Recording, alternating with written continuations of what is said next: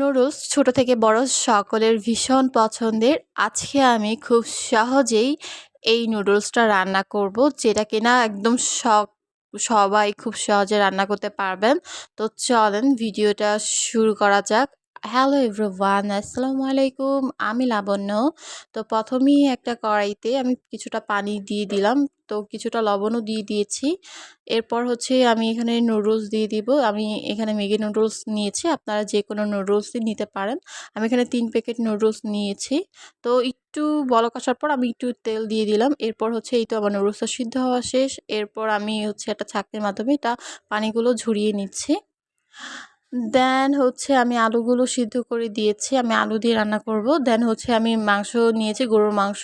প্রথমে একটু আদা রসুন বাটা, দেন ধনিয়ার ফাঁকি, দেন হচ্ছে হলুদের গুঁড়ো, মরিচের গুঁড়ো সব একসাথে মিশিয়ে আমি হচ্ছে 5 মিনিটের জন্য ওয়েট করব। তারপর হচ্ছে আমি মাংসটাকে রান্না করব, একটু পানি দিয়ে রান্না করব। এখন আমি কোনো তেল দিব না।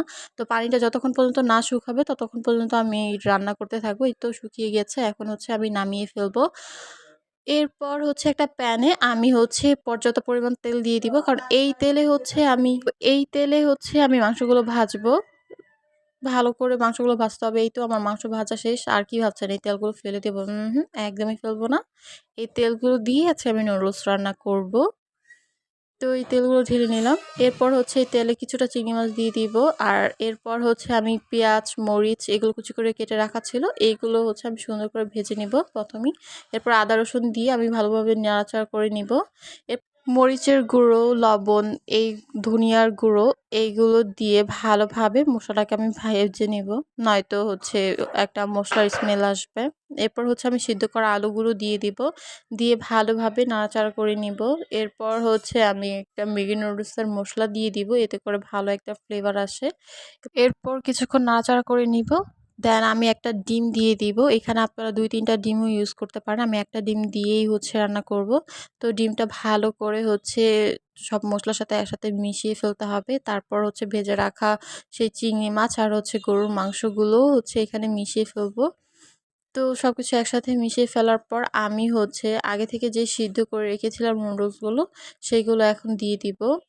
আর নুডলসগুলো একদম হচ্ছে শুকিয়ে গিয়েছে, দেখতেই পাচ্ছেন পানিগুলো ভালোভাবে ঝরিয়ে গিয়েছে। আমি হাত দিয়ে ছাড়িয়ে নিচ্ছি আর কি। এরপর হচ্ছে সব একসাথে ভালো করে মিশিয়ে দিতে হবে আর কিছুক্ষণ হচ্ছে এইভাবে নাড়াচাড়া করতে হবে।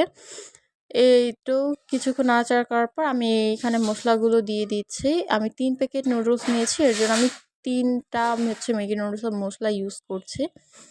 এরপর হচ্ছে ভালোভাবে মশলাগুলো একসাথে মিশিয়ে ফেলতে হবে আর একটু নুডলসটা একটু ভাজা ভাজা করে নিতে হবে, তাহলেই অ্যাকচুয়ালি নুডলসটা রান্না কমপ্লিট। এই তো দেখতেই পাচ্ছেন, আর দেখতে যতটা বেশি ইয়ামি লাগছে তার থেকেও বেশি খেতে অনেক মজা হয়েছে।